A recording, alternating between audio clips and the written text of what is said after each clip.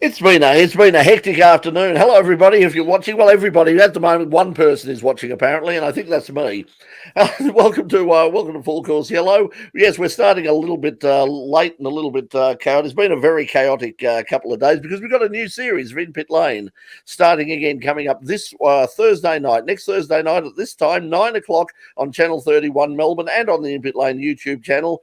We'll have the first episode of this season of In Pit Lane, where our special guest will be the CEO of the Australian Grand Prix Corporation, Andrew Westacott, along with the motor racing manager from the Grand Prix Corporation, Dave Corrigan. Dave will be talking about a lot of the things that they've had to do and major changes they've had to make in order to cater for Formula 2 and Formula 3. We'll also be talking about how that deal came together, and also, of course, we'll be looking at some memories of Andrew's time at the Grand Prix Corporation, and we might give you a bit of gentle, not too hard, but a bit of gentle needling to find out, what if he has any plans for the future, and do they involve being the new CEO of the Australian Football League.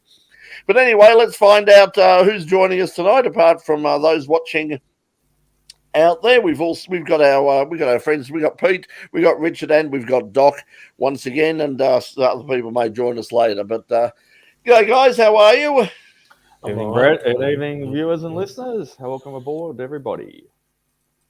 Yes, so Dave's there. Formula One back this week. Yes, so I suppose that's where we should start. Roy is with us again as well too. G'day, Roy. How are you? It has been very, very hectic. We had our first. You might have seen the run through we did on there. We had a whole bunch of new people in the studio, most of whom had never been in the television studio in their life before. And I think they did a bloody good job, quite frankly. So thank you to all those RMI TV members who came in and helped out, and hopefully we'll see most of them back this week when we actually do a proper show with real stories. And then thank you to Michael Meekling as well, our muso, who came in on the night. We put out a field just saying, hey, look, a message saying if you're out there and you can come in and give us a hand, we want to make this isn't a real show. It's not going on Channel 31, but we want to make it as much like a real show as possible. So can you come in and can we get someone to come in and just play a couple of songs for us and record them? And Michael said yes, happy to come in, which he did, and he was really good too, and a nice guy, and he's got a new album coming up. That's right. That was exclusive, wasn't it, Brett? So March 25th is his launch for his new LP. He's got 1,000 vinyls pressed. He gave us one all wrapped up in plastic. Even offered it to me before he left. And I said, look, I really appreciate that, but you hang on to that. You might need the promo if it's your only copy for the time being for another few more weeks. So, have you got anywhere to play it anyway? I've got about 15, 20. Yeah, I've got 15 record players around here. I've got a few HMV. I've got my old Sherwood. I've got some. Yeah, I've got some Bahamas in the HMV. Yeah, I've got about 10, 15 record players here. So Nipograms. Yeah, I'm an old enthusiast. I've got about. I showed you the vinyl. Remember last year, once or twice. I grabbed a stack of them out of the record player out of the HMV Tasman, the big, huge unit. Anyway, so getting back to it, yeah, Michael was very gracious, as you said, Brett. And so his launch is at the Union Hotel in Brunswick on March 25th from 5 in the afternoon till 7 at night. He's a great guy. I hit him up a friend request. We were talking as we were walking out, and he said, please do. And I noticed he's got a couple of mutual friends of myself in the music industry in the past as well, too. So I'll probably catch up with him at some stage and invite him back. And hopefully the recording we do once in a blue moon on In Pit Lane, we do need a up-and-coming artist to fill in a blank on a night because something has happened to him in the past. So that will be an absolutely sensational replacement if we need him. Yeah, he was really good, and he was because it was so chaotic. We literally had zero time to rehearse him. We had zero. I thought we'd had a sound check, and then sort of Mike, our director, turned around and said, "No, we haven't had a sound check yet." And it's like, if we do a sound check now, we're not going to get out of this place until 1 o'clock in the morning. So I just went to Michael and said, hey, you comfortable just winging it? And he went, yeah, let's give it a go. So he did, and it was great. So thanks to Michael, and thank you to everybody who was involved. Okay, let's talk Formula. Let's talk Formula One this week.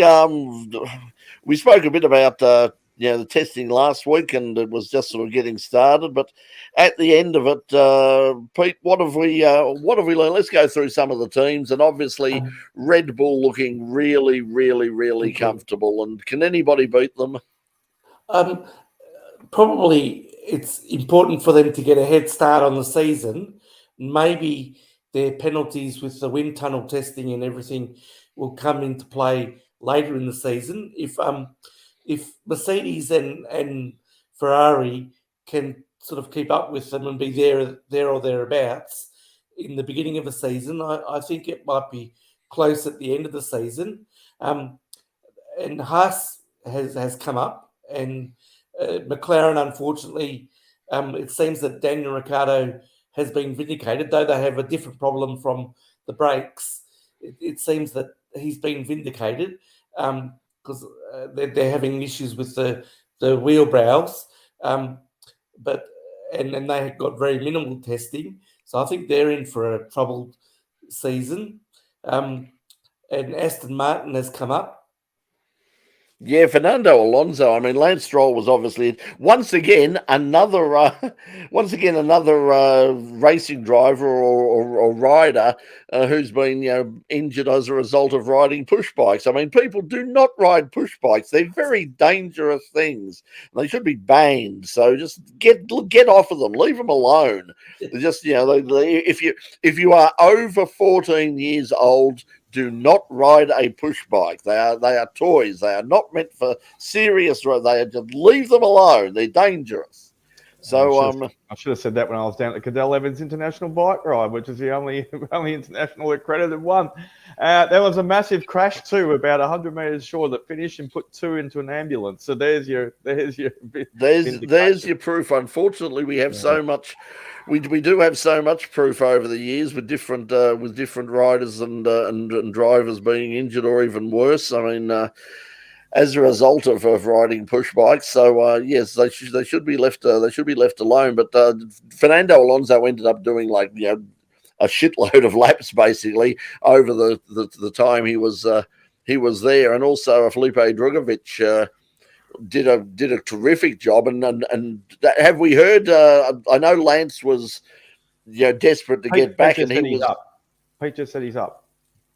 He's he? Up. Yeah. It's been hours ago. It was that announcement. Yeah, Pete just said it. Stroll's going to make it because it's out. It's been on 3 or 4 different big sites. He's definitely racing, which is a shame because that puts to bed the Seb V bloody rumours. Damn, it was going. That was never going to happen. That was never going to happen. Lots of fun though. The last I heard was that Drugovich was still uncertain.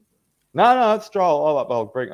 I'll get the major one. Well, until he gets in the car, of course. I mean, it's all right for him to say, and for his old man to say, "Oh no, he's definitely racing." Of course, until he gets into that car. I mean, like if you break your wrist. Autosport is saying yes. What's his name? All the 4. Oh, we know it's bullshit then. Autosport saying yes. Crash says yes. Speed Cafe says yes. Auto Action says yes. So the four of the big ones are all saying yes.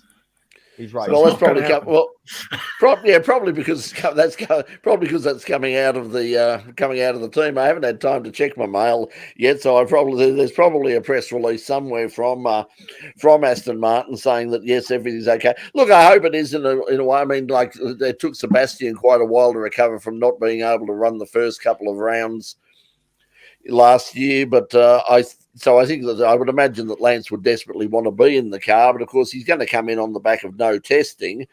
And Drugovich did a terrific job. I don't think he'd be sort of out of place, sort of running around. I don't think he's going to cause any problems for them, and I think he's probably done his future career no harm at all by the good performance. He could become the next Oscar Piastri. He could be the one sort of waiting in the wings somewhere for for somebody to jump in and grab him if Aston Martin decide not to use him. And once again, Fernando Alonso is involved. So it's waiting. It's like you've heard of waiting for Godot. We're waiting for Fernando. He's not. He doesn't seem to be going anywhere. And judging by his performance and testing, he doesn't need to go anywhere because he was very competitive. Pete, what do you think we learned? He didn't get that, as you say. McLaren did have so many problems, especially with those wheel braille extensions. Yeah. They caused some problems. But what do we think of Oscar Piastri? I mean, what his performance? He had sort of one big spin, but no. Yeah. Do you think did he do what he needed to do? I think he did all right. He at one stage. He got up to 9th. Again, we don't know what fuel loads they're running or things like that. But he got up to 9th at one point in one of the sessions. So I think he did all right. Yeah, I thought I was impressed with the performance Logan Sargent put in. I mean, he was very consistent. I mean, he didn't set the world on fire or anything, but he put in lots and lots and lots of laps, and seemed to do a pretty good job. So I think he's got his head screwed on in the right way. And listening to a couple of interviews with him that I've heard, he seems to be a kid who's got his head screwed on. He's going in there sort of with the right mindset that look, I'm not going in there. I'm not going to set the world on fire. I'm going in there. I've got a job to do, and that job is to get the Williams home, get home in the best in the best place possible, and and spend this year learning from a more experienced teammate. And he said all the right things, so that would be good. And of course, having an American driver would be something that clearly Liberty Media would be very, very keen to see. Don't start Bernie tonight. Geez, we've already heard about Bernie all week and Liberty Media. Well, it's just funny. When you find it's a bit sad when you find yourself sort of agreeing a bit with Bernie, but what Bernie has said that is basically he just feels that there's a danger that Liberty Media have taken it too far out of they've taken the Netflix money, they've taken the sports entertainment. Too much Hollywood view, too much Hollywood, more less, lots of Hollywood and very little, and not enough racing. And as he said, there were in traditional markets, particularly across Europe, they're saying, Formula One's never been healthier and it's never been more vibrant in America. But he was saying in a lot of traditional markets, in particular in Germany and France, and to an extent in Italy, the ratings are going down, and people are saying it's not this is not the sport for us anymore. Oh, he's got some great ammunition this week with Drive to Survive. They've come up for heavy criticism since it was released last week. They didn't. People are saying there's not enough Daniel on it. They didn't give Seb Ved a decent send off, and it's lost its vibe. Anyway, we could go on all night about it, but I'm only up to episode 2, so it's they're just saying it. I have not seen a single episode. Not remotely interested. First couple of seasons were really good. They were, and as I said, they were good to actually look back on. And if you think, oh, that's right, I remember that happening now, and you can see a little bit more. It's edited, of course, but a little bit more insight into what happened. Getting back onto F1, what does everyone think about the new enforcement of the rules by the FIA released in the last 24 hours? So they've got to do a TED talk on their engines at least once a year now. Has everyone read up on? And 2, yes, Brett, don't give me that look, but read the release. Read the release. It's good for the sport. And second of all, I'm just talking out of school a little bit here. I'm not going to go the official lines. They can't hide their upgrades in the cars in their garage for their sessions anymore. They've got to put them out on display. So anyway, I hope everyone's read the brief. They'll find a loophole. I mean, half the time when the red flag came out in testing, half the time was taken up by them putting a tarpaulin over the bloody car, which we'd already seen. I mean, over the trolley car, which we'd already seen. And well, a lot of that is theatre as well. I remember years ago when the supercars, sort of the first generation of the supercars, came out after Group A and Group C. I was at Calder Park, and at one stage, one stage the Holden racing team, as it was at the time, were putting covers over all of their wings and putting covers over the tops of the things. And I said to Larry Perkins, I said, yeah, like he was just sitting there with the car all exposed. I said, you're not hiding your settings. He said, there's 3 settings on the bloody thing. He said, they pull the thing off. I go, 1, 2, okay, it's 3. He said, it was all theatre and all sort of, secret squirrel. We've got they're a control bloody wing. So he said, what are they hiding? I remember that. That was very funny. With the F1 cars, though, what they're doing though is they're keeping the upgraded packages, whatever it is, that they're keeping that car in the garage that's got one of the two teammates. Like, let's just say it was obviously Max and Checo, and then the one that hasn't got the upgrades that they'll put out on the show. So that's how they've been getting away with it, where the FI are going, no. You can't play funny buggers. The car that has the upgrades now must be out there for obviously media and other team scrutinisation. And you also need to send us an email or a brief explanation in a fair bit of detail of what the upgrades are, so that way it's publicly known now. So they can't be doing cloak and dagger stuff as much. But as you said, as Pete said, they'll probably find a loophole around it to be able to do it or don't do it. We'll see. But on the other subject as well too, I've found interesting the last is the interview over in New Zealand by Liam Lawson in the last couple of days, and that he has said he doesn't exactly know what his role as test driver is still when it comes down to its parameters. Is he Red Bull? Is he AlphaTauri? Is he both? He's got his own season to compete in. A couple of rounds of back-to-back where he's unavailable. He can do practice 1 when it comes to the whole season this year, whereas Daniel's only restricted to a couple of them because it's for rookie testing only in the practice 1 sessions. Also, they've got both commitments, and there is another reserve driver everyone's forgotten about. His name escapes me to this minute, where he'll be getting some seat time as well too, probably in that free practice 1. Yeah, look, I think Daniel is sort of is more public relations than anything. I can imagine that if something happened like suddenly and Max or Checo was sort of out all of a sudden, that yes, they'd throw Daniel into the card simply because of his experience. But I don't think there's any long-term future for Daniel at Red Bull. I mean, they're going to be looking at bringing through young people, and Liam Lawson. I think that they'll be having a very close look at Liam Lawson in Super Formula in Japan, just seeing how he does there. But they've got so many people they've got coming through. I mean, they've got Nick Cassidy, who's looking at possibly doing some IndyCar stuff. There's so many people. Robert Schwartzman was among them. There's a whole bunch of young people who've come through that Red Bull sort of that academy and that driver training scheme, and they can't use them all. So and of course Max isn't going anywhere. But they were talking on Midweek Motorsport this morning, a bit of a discussion about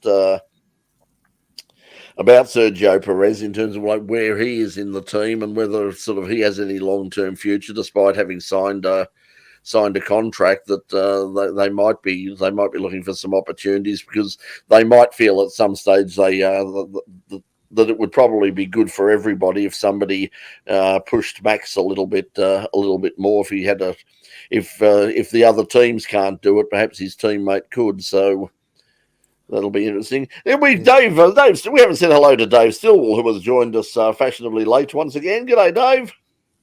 Good evening, everyone. I was actually distracted by one of the episodes of Drive to Survive. I found it quite engrossing, and you can find yourself losing quite a bit of time.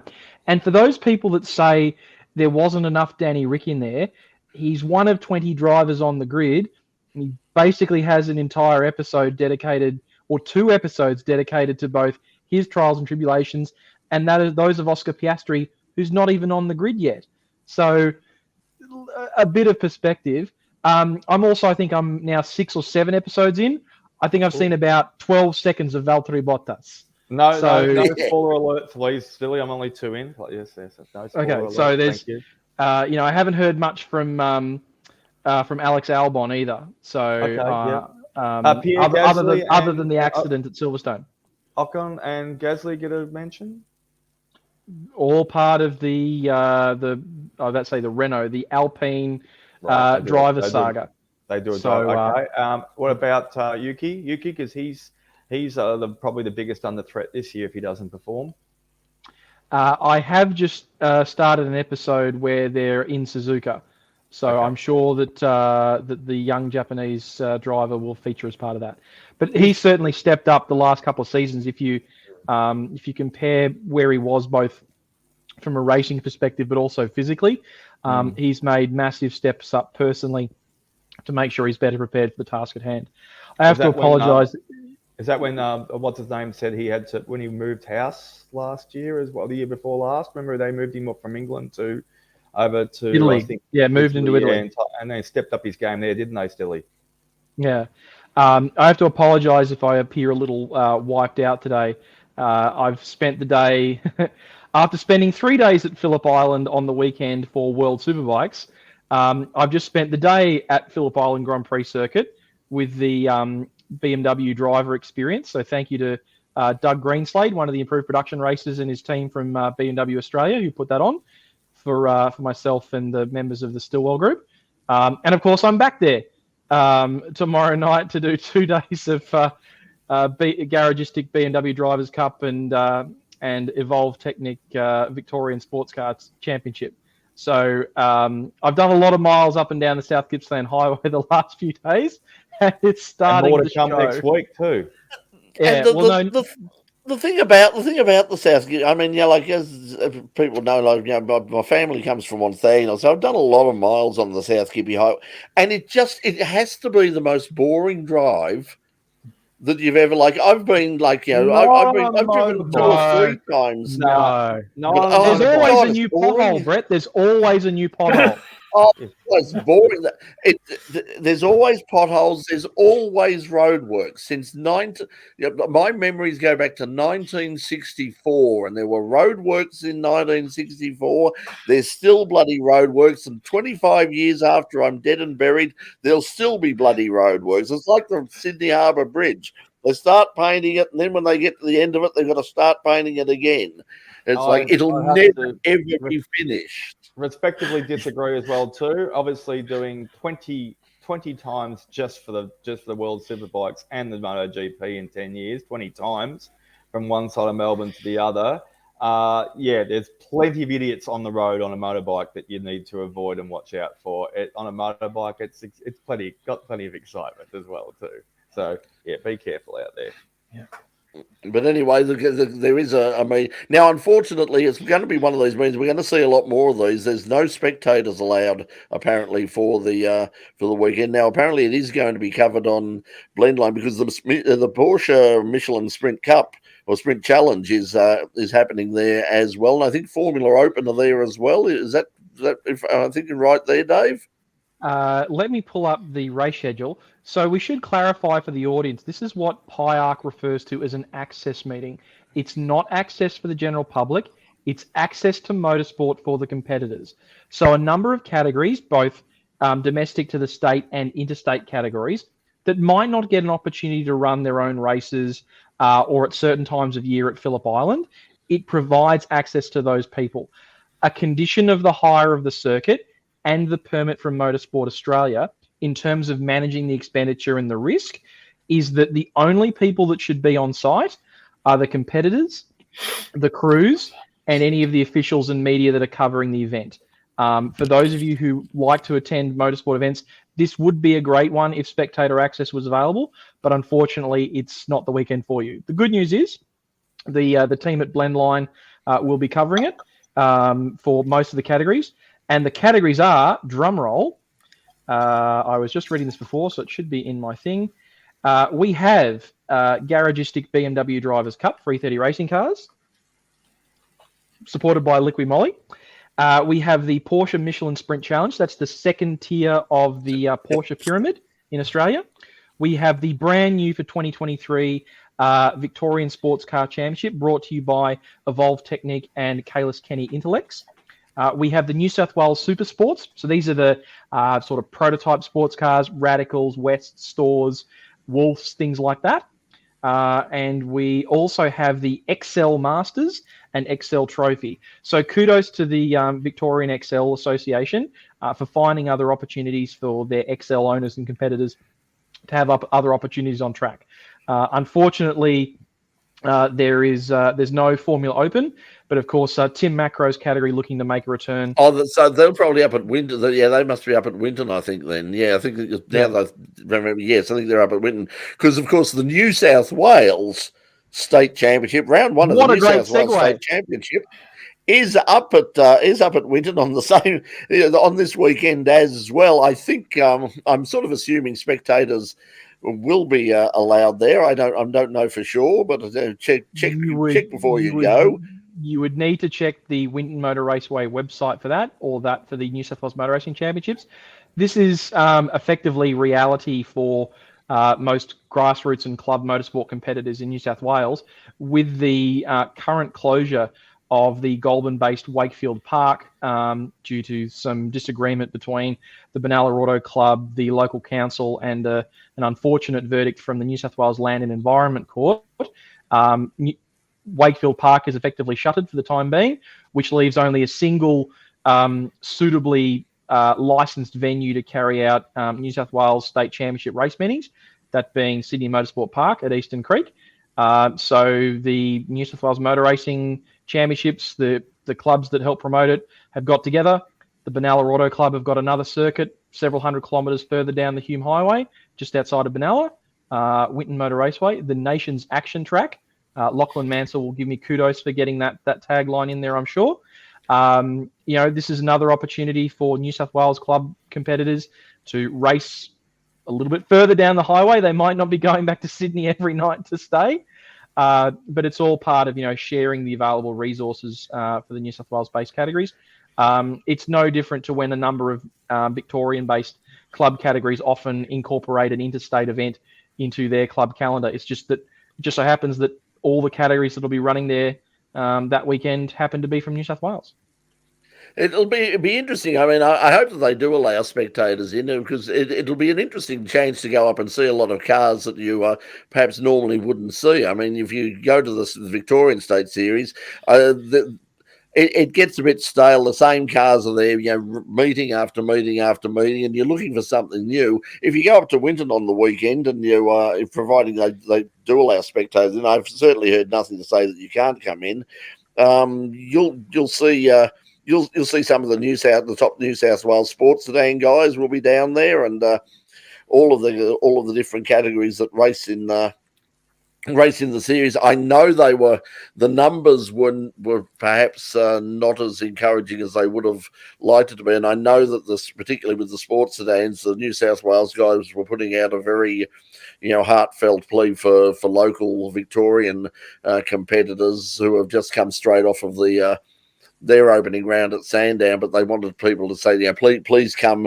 We'd really love you to enter and be a part of this, because we've got there's plenty of space at the moment, because the fields were pretty small, but all the top guys are certainly going to be there, and the top cars and sports sedans up in New South Wales have really turned around in the last few years. It's a very high standard of cars there, with Steve Jackson and said, and some of the Duggans, all those sort of guys with some really good cars. Before we leave the subject as a whole, are you mastering next weekend, Richard? Unfortunately, not. I've got a prior arrangement this weekend, and due to unusual circumstances at Sandown, where it was going to be a club round, and then suddenly it wasn't, and it transferred to Phillip Island.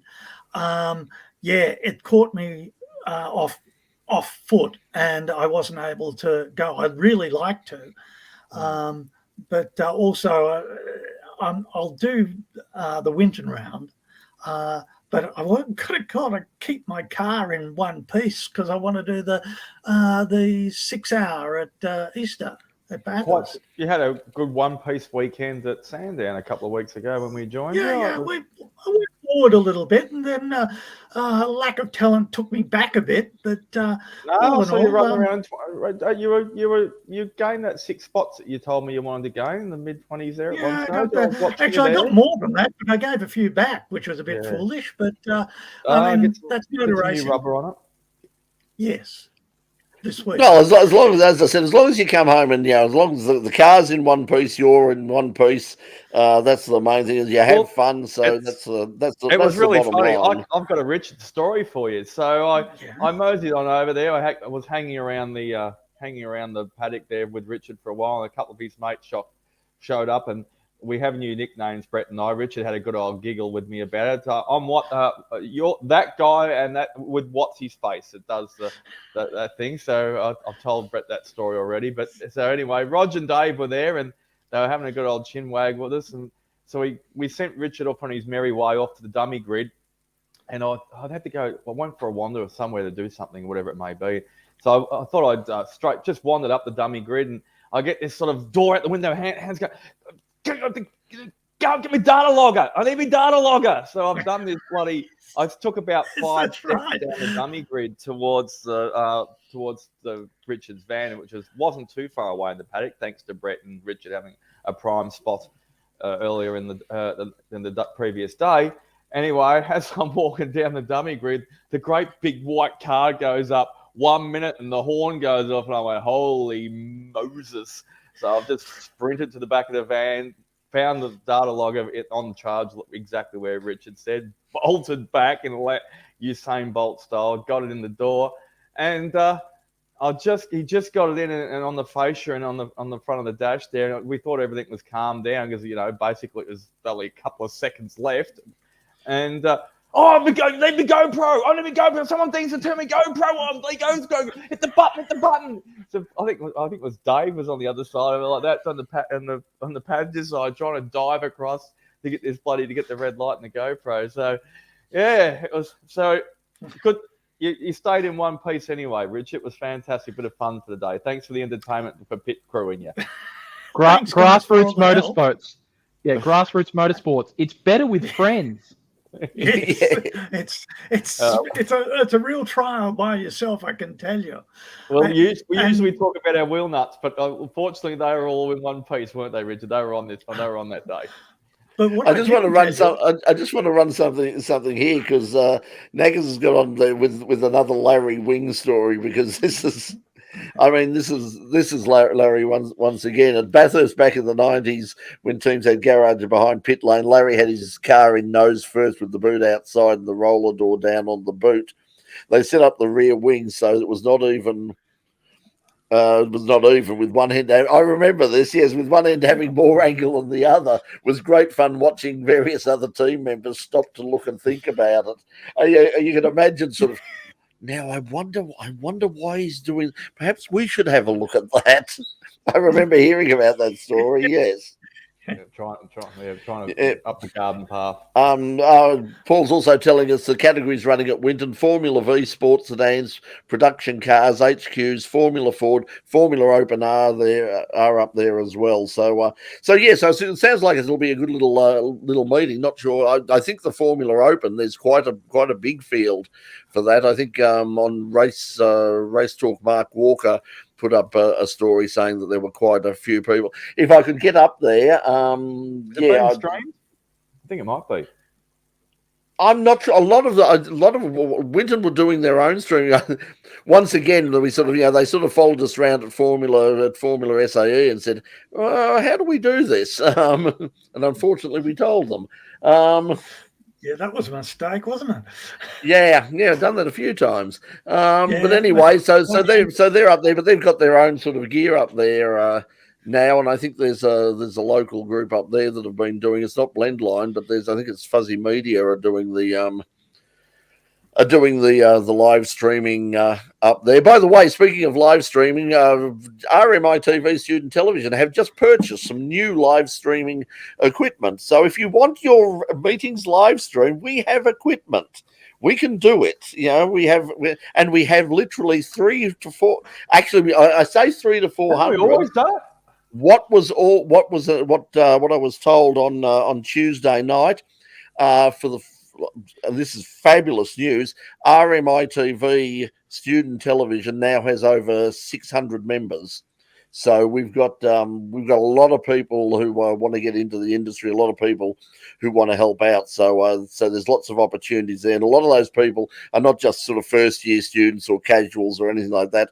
A lot of them are people who are working in the industry. We had Kai come back from Kai, who was with us. Kai Lewis was with us more than 10 years ago on the program. Kai's been working up in Sydney. He's come back to Melbourne for family reasons, be with the family, and he came in again and put up his hand and said, "Yeah, I'd like to come back and join." And he brings an enormous amount of experience in the industry, and people like Mike and Darren. We've got so many people. Stuart, of course. We've got people who know this stuff and can do it. So we're just putting that out there. If you're interested in doing some live streaming of any time, we now have some new equipment, including a very, very nice. I saw it in operation today. Some very nice radio roving camera setup, which will be very handy indeed. So I have from Australia's favourite source of up-to-date grassroots motorsport information, autoaction.com.au. So thanks to Bruce and the team there. And I quote from their article earlier this evening: the 2023 New South Wales State Championship kicks off this weekend in the unusual location of Victoria's Winton Motor Raceway. We skip to the It's not that unusual. Fans can enjoy free entry to the entire circuit and pit lane, while on-track activity begins at 9 a.m. on Saturday and Sunday, with the best part of 13 hours of on-track action in store. For more information, please visit www.wintonraceway.com.au.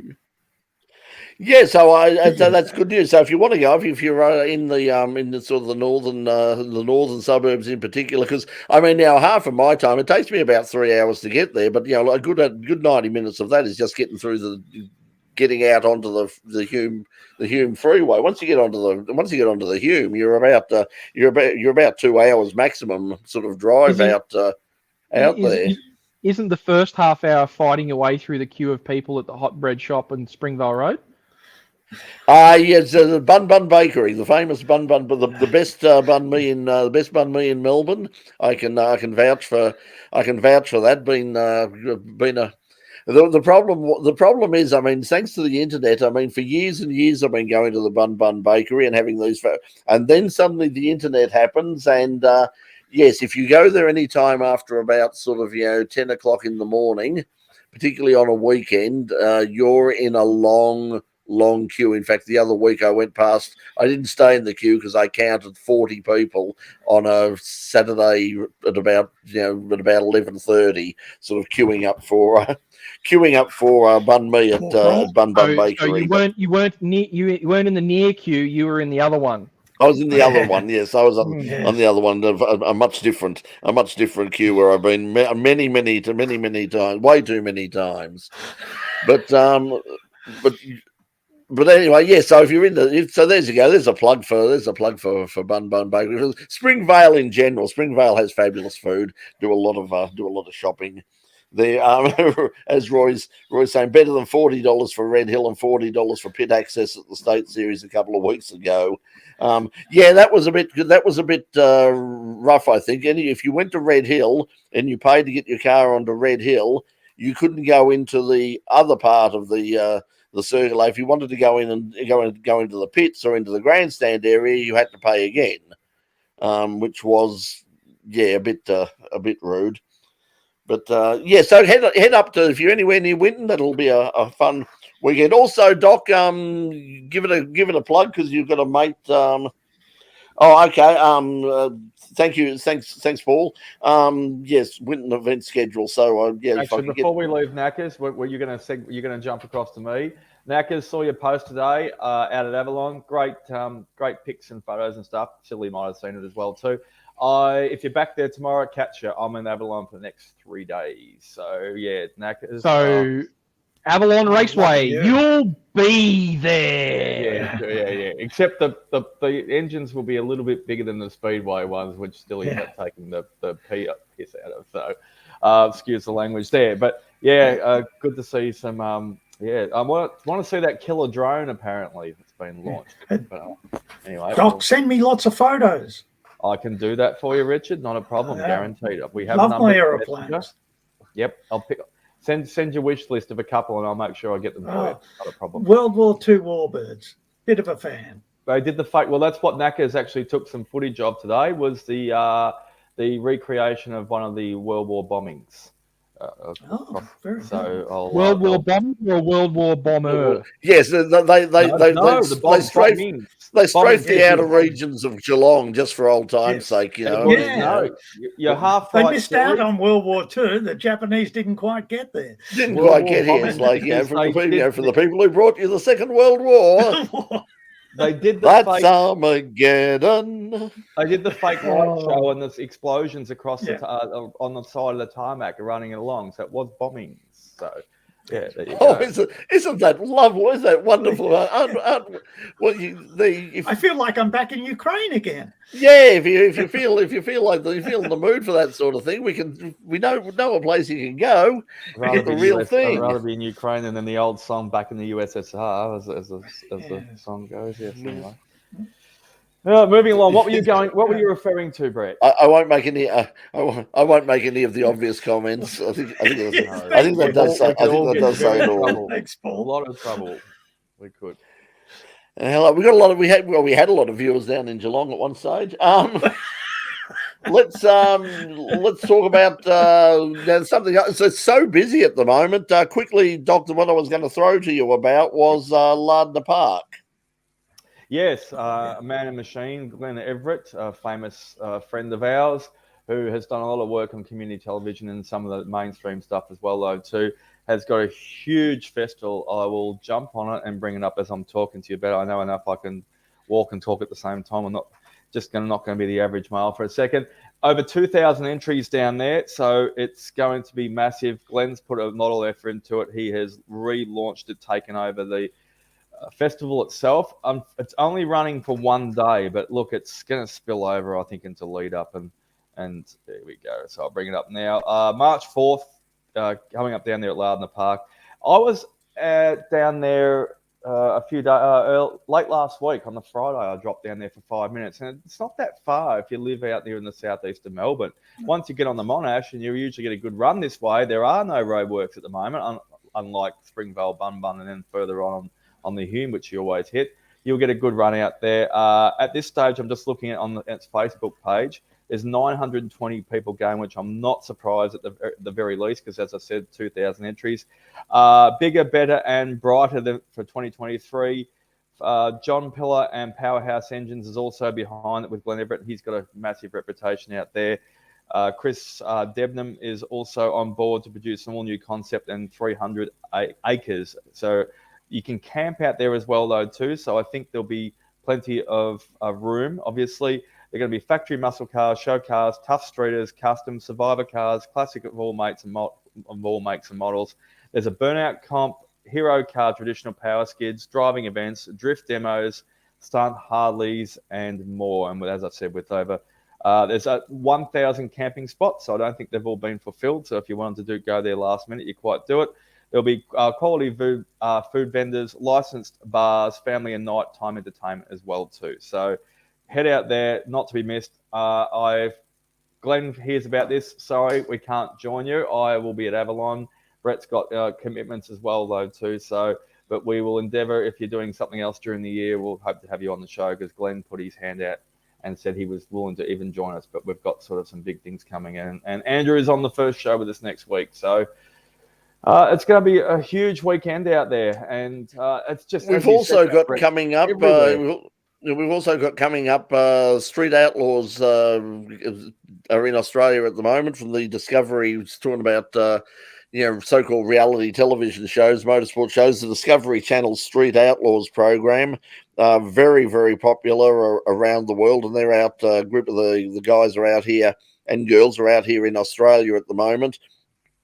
had an unfortunate incident coming out of Perth. The cars are going around in the shipping containers that they came out here in, and one of them on the way out of Perth, the driver of the truck unfortunately fell asleep at the wheel and has run off the road and crashed, rolled over the truck. Thankfully, he was not seriously hurt, but the car sustained a lot of damage. Now it looks like that will be up and running. Also, one of the cars, the Camaro, that had a big off in pre-event testing for the race at Perth at the Motorplex. That was badly damaged, and that's been brought over here to Melbourne actually, and that's been completely rebuilt, and that's now heading up to Willowbank where they'll be racing on the weekend. But they are coming down here to Calder Park in a couple of weeks' time, and we'll have somebody from the Street Outlaws on the program the week after next. So this coming week, Andrew Westacott and Dave Corrigan from the Grand Prix Corporation. Then we'll have someone from Street Outlaws on the show after that. So a couple of big guests coming up on the first couple of episodes of In Pit Lane. Also coming up, the Australian Motocross Championship. Yep. Round 1 at Wonthaggi this weekend. So yeah, air show. So Paul's doing both. So air show tomorrow, then Wonthaggi Saturday, and racing on Sunday. So tomorrow afternoon. Don't forget the Motorplex at Lardner Park. Yeah, so Lardner Park, Winton, Phillip Island, motocross. Yeah, we've got something. I'm sure there's probably something at Broadford as well. The V8s aren't they at Newcastle this weekend? No, that's the weekend after. The weekend after. Yeah, we'll be covering that in next year's show, when I'll be coming to you probably live from a hotel room somewhere in the Hunter Valley, because I won't be able to find accommodation anywhere near East Newcastle, judging by the number of tickets and people that are signed up for the Coatside Newcastle 500. Yep, yeah. Robin Roberts was the Camaro, the car that was in the container and was damaged. So they've rebuilt it, so that they're going to race as well. But it'll be interesting. It's you could always share a sauna with Dave Reynolds. Yeah, Davey's just bought a sauna. Who's Stilly, don't put your hands up like that. He's going to be offended. If he throws the whole family in, that might be different. different. For a professional, brand new spanking sauna to keep him to get used to the hot conditions, whether it be Newcastle or thereabouts in the future, and I'm sure he'd love some company. If there's any driver up and down pit lane that I'd love to get hot and steamy with, it's one D Reynolds of Albury. Yeah, absolutely. I should apologise to Supercars. I regret to say it's the Thrifty car rental Newcastle 500 next weekend. These people do not pay us anything. They do not get mentioned. They don't do anything for us. We mention Online Invent. Online Invent, who are sponsors of In Pit Lane. I want to say thank you to Thrifty for helping me out with some car rentals in the past. It's a pleasure. And I covered the IPRA Queensland promoted IPRA Nationals last year. Thank you, Thrifty. Got me out of a tight spot. Well, hopefully you don't have one with Davey Reynolds in the sauna.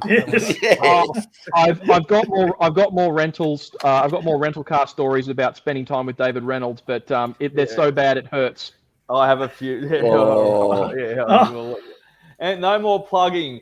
Okay, right.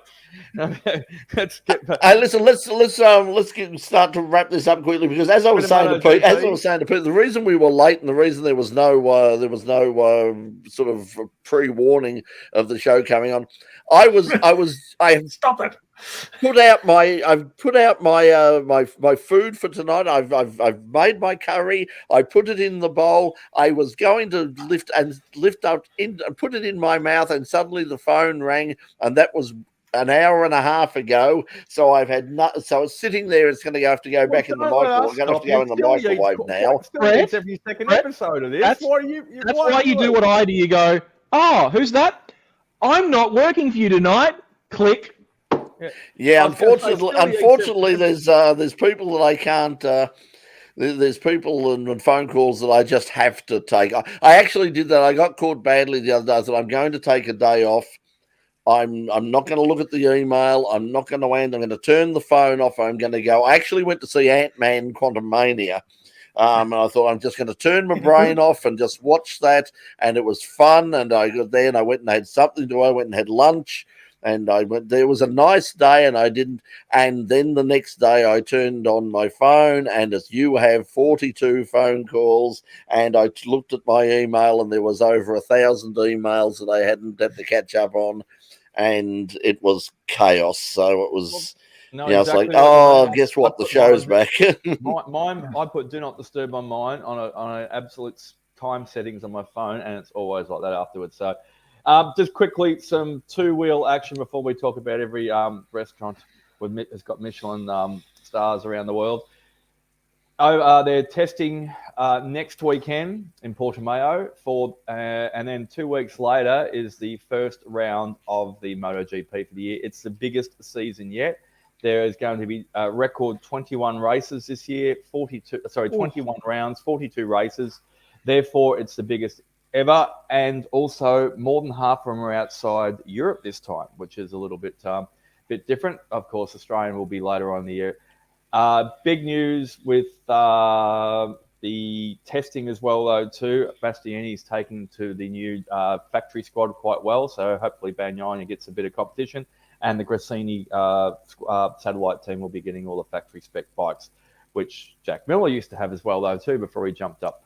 So not much other than that, except I think, what was it? There was some stuff coming out of KTM, just the usual rigmarole. But yeah, it's good. Looking forward to it. MotoGP back is in 2 weeks. So add that to the calendar as well, though, too. I think you'll be running out of texture and enough room on your squares. And Dave, you were down at Phillip Island last week for the Superbikes. I was watching at home. Superbikes, as I said, always a great atmosphere down there. Very friendly group of people, and with what we've had to deal with when we've dealt with them in the past, they're a very friendly group of people. So, how did you find it? It was amazing. So I have the privilege of working with an amazing group of volunteer Motorcycling Australia officials at that event. It's often a very different. There is some cross-pollination between 4 wheels and 2 wheels. Some of the long-suffering PIARC committee members were down there helping run some of the radios and the public address system. But it tends to be quite siloed in terms of officials. There's kind of bike track officials, and there's car track officials, and there doesn't tend to be a lot of crossover. There is a lot of crossover on the medical team that I was privileged to be a part of. The 2 biggest challenges for international bike racing at Phillip Island, the one is the weather. Of course, if you don't like the weather you've got at Phillip Island, just wait 15 minutes. As my complexion today shows, we had everything from heavy rain, light rain, brutal sunshine, wind, sleet, followed by a bit more sunshine. I was just waiting for someone to get struck by lightning. And hey, remember, I was struck by lightning at Phillip Island. So yeah, and you've remained positive ever since. Yes. So the second biggest problem that most of that motorcycling has at Phillip Island is unfortunately the wildlife, particularly the protected Cape Barren geese. I believe, and I'm paraphrasing here, there might have been some, wouldn't so much say request from the international race control team, but suggestions that if they could not be here in any way, shape or form next year, that would be fantastic. An amazing Supersport 600 race, unfortunately, red flag with a couple of laps to go once it had gone past 2/3 race distance. Unfortunately, due to some Cape Barren geese, has just decided, we've got the best seats in the house. Let's just walk right out in the middle of the racetrack. Never a great outcome. And they have 0 at the RX8 Cup. A couple of weeks ago, there I was driving. I think I told the story. I was driving between camera positions, and they were just on the middle of the track, and I was literally bumping them with the car, sort of get out of the road, and I'm tooting, and they're just looking at me as much as to say, "Hey, mate, we're here. This is our you drive around." Yeah. Unfortunately, if you happen to collect them when you're behind the wheel of a car, be it an open wheeler or a sports car or a touring car, it's not really the end of the world. unfortunately, coming into contact with one of those as a motorcyclist is unlikely to be, well, it's not going to be a great outcome for the Cape Barren Goose, but it's also not going to be a very good outcome for the motorcycle or the rider that's trying to hold on to it. But there, look, some great racing across all the classes, a dominant performance from Josh Waters in the Australian Superbikes, and a huge number of Australian Supersport 300 competitors stepped up into Australian Supersport 600. A huge number of riders closely packed together. Great racing across both the support categories. But Alvaro Bautista, what an amazing display. Took out the Super Pole race, took out both races. Absolutely dominant performance. We saw that last year when they were here back in November. For whatever, that bike, rider, and track combination, the Ducati team just have the complete package at this circuit.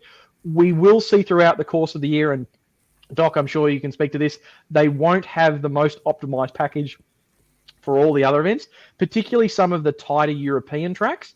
But here at the big, fast, wide open flowing Phillip Island circuit, no one was getting within touching distance of Alvaro.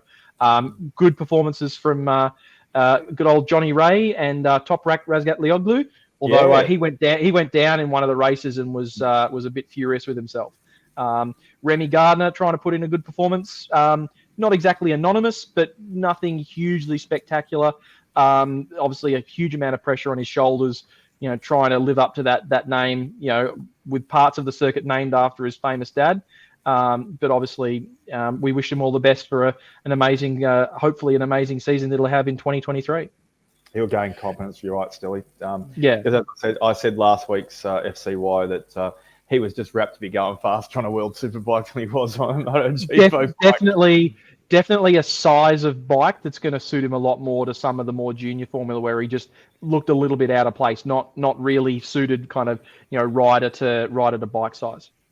And there are riders who really suit. I think we talked about it last week. There are riders that really suit Superbikes and others that really suit MotoGP. And sometimes when they switch over, and you think, yes, he's going to be blindingly quick. Yeah, coming from so successful on MotoGP, jumping onto a Superbike, they're not as successful as you think. In the same, and as we said, it was Troy Bayliss was sort of an outlier in that. I mean, he just jumped from one to the other on a couple of occasions. And was shout out to Ollie Bayliss as well for a good run over the weekend as well.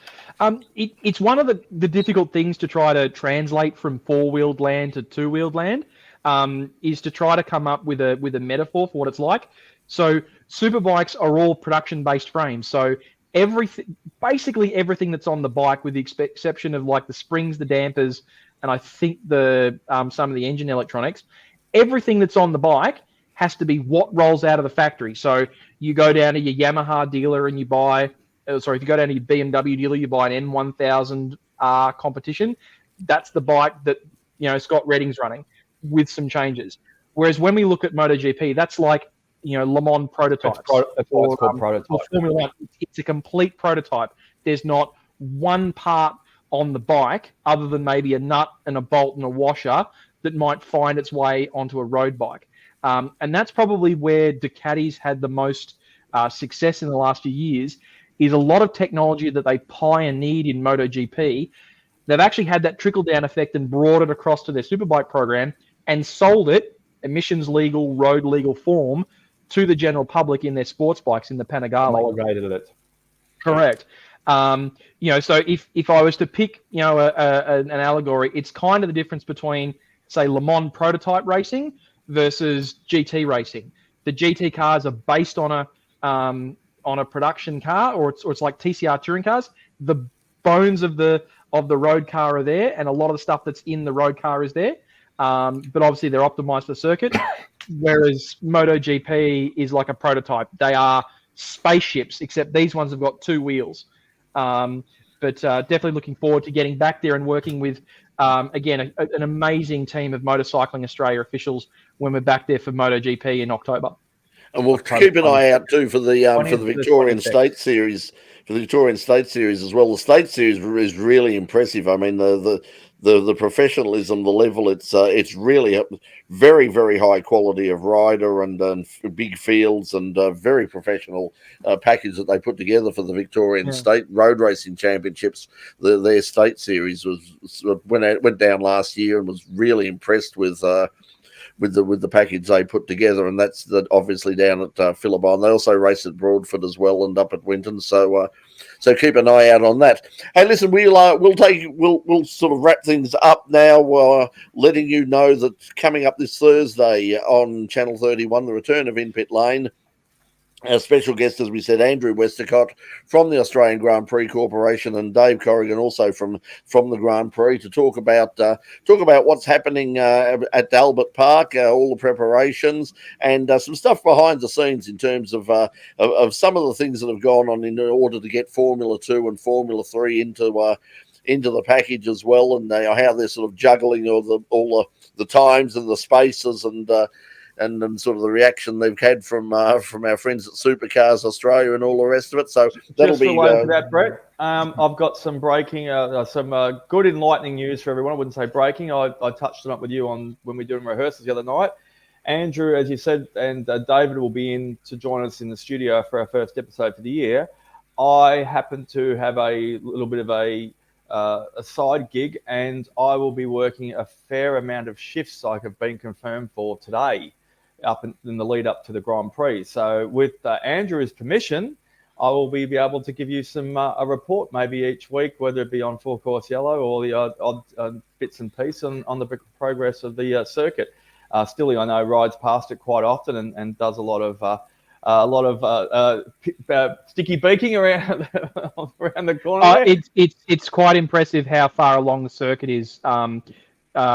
Because there's so many more grandstands to put in this year, they had to start a bit earlier. So the front straight was looking almost pretty much complete sort of 2 weeks ago, and they did their release during the week where they rolled Tim Schenken out and John Bow and a couple of the older model vehicles as well to celebrate what will be I think it's now 70 years since the first ever car race meeting at Albert Park.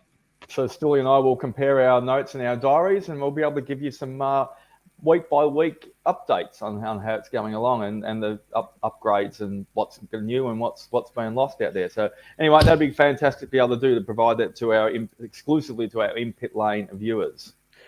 And also, as a result of In Pit Lane going to air on Thursday night at 9 o'clock, that's obviously the time slot that we've been in. Well, we're not going to sort of be in competition to ourselves. We're going to sort of work out. So I'm not sure what the situation is for Full Course Yellow next week. We've got to work out a convenient time. My preference would be for it to go back to being an after show, but I know that's a bit of a problem for some people because it is a bit late.